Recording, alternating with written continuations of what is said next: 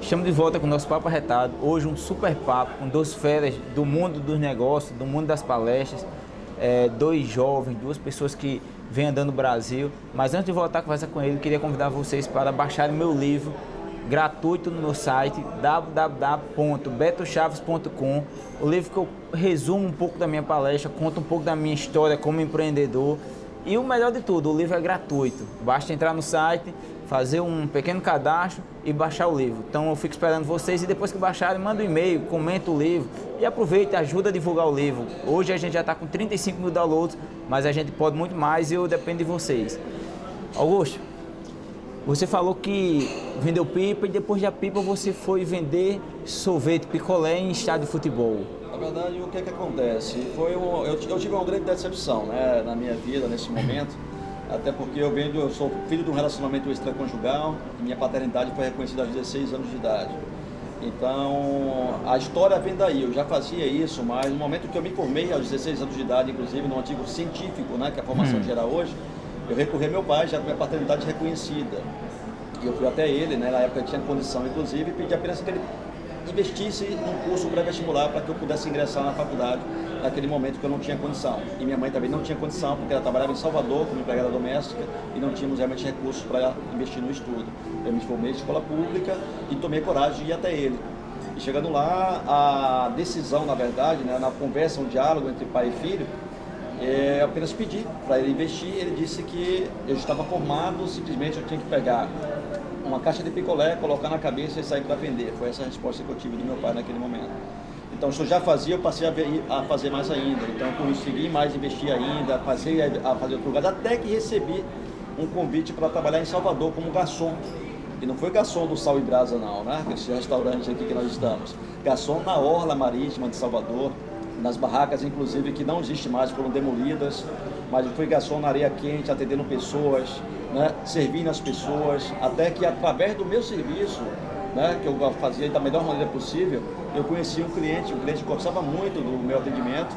Esse cliente era advogado e possuía um restaurante na Pituba, um bairro nobre de Salvador. E aí me chamou, me convidou para poder trabalhar nesse restaurante. E eu acabei sendo até gerente desse restaurante. Legal, bacana. E essas histórias de vida e essas dificuldades nos motivam cada dia mais, né? Sem dúvida. Então, justamente, são histórias de empreendedorismo. Eu fui empreendedor a vida toda, né? Praticamente eu sempre empreendi, eu sempre procurei empreender, mesmo estando dentro de outra empresa, até montar o meu próprio negócio. O meu negócio também, com sociedade, não deu certo com o sócio, a gente desfez a sociedade, comprei a parte dele, até ingressar, né, no mundo das palestras, dos treinamentos, mas tudo isso com muita dificuldade. Nada foi fácil. Imagina. Né?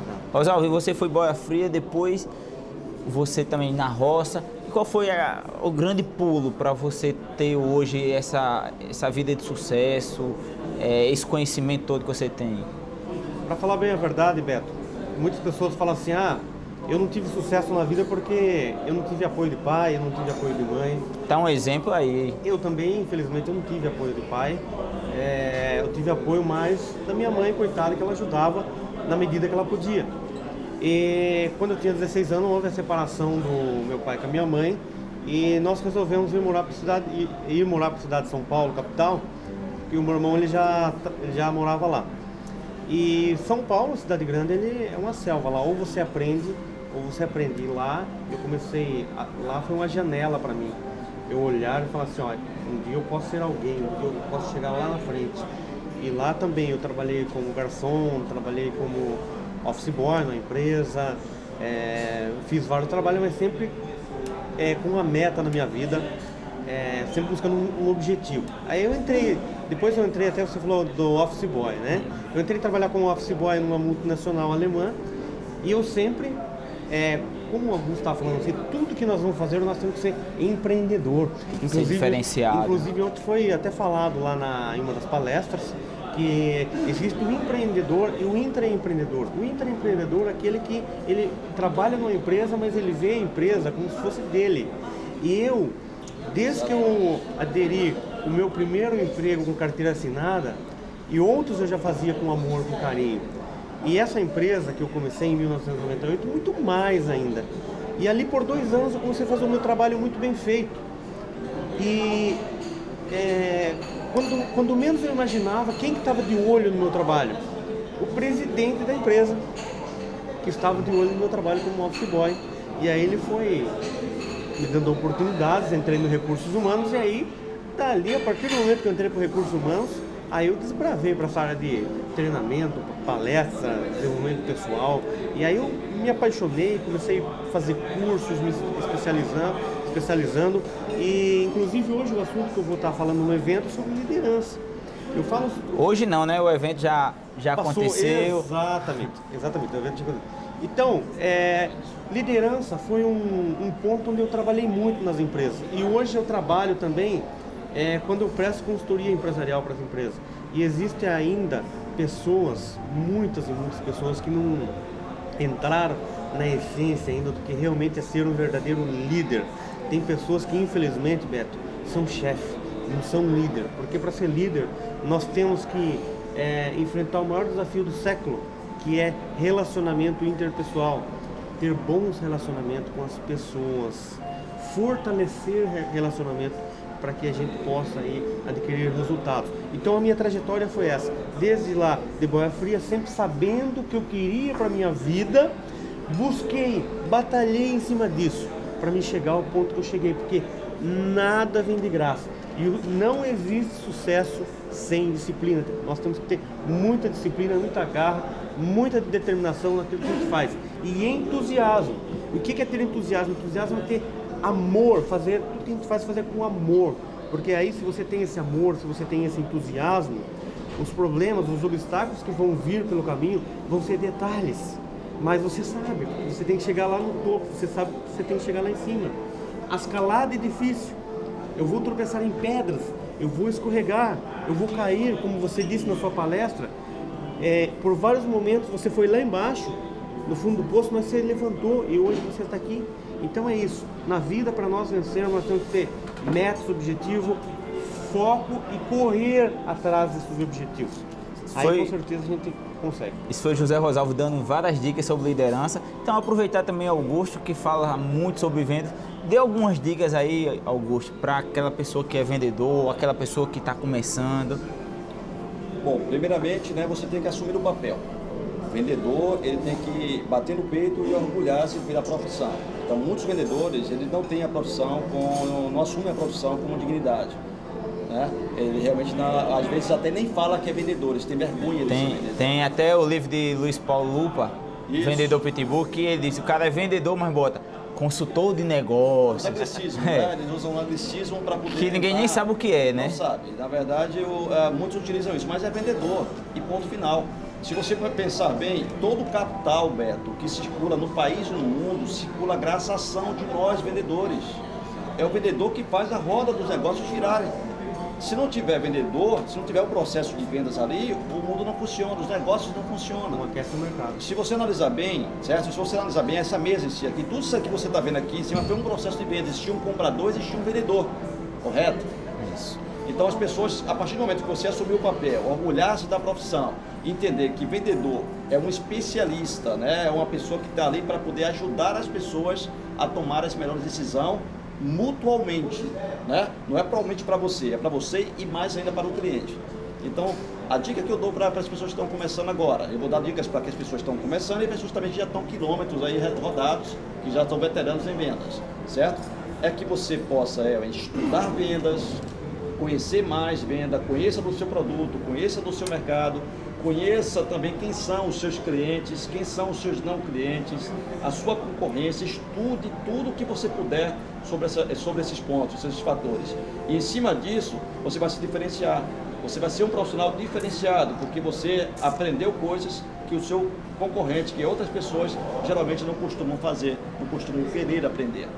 Tudo é uma questão de vontade, e como o meu amigo Rosalvo falou, disciplina, a disciplina com foco, objetivos bem definidos, porque uma pessoa sem objetivos é uma folha seca ao vento, ela é levada a qualquer direção, certo? E para os veteranos, né, principalmente, existe um fator que acaba sendo o inimigo número 1 dessas pessoas, que é a zona de conforto.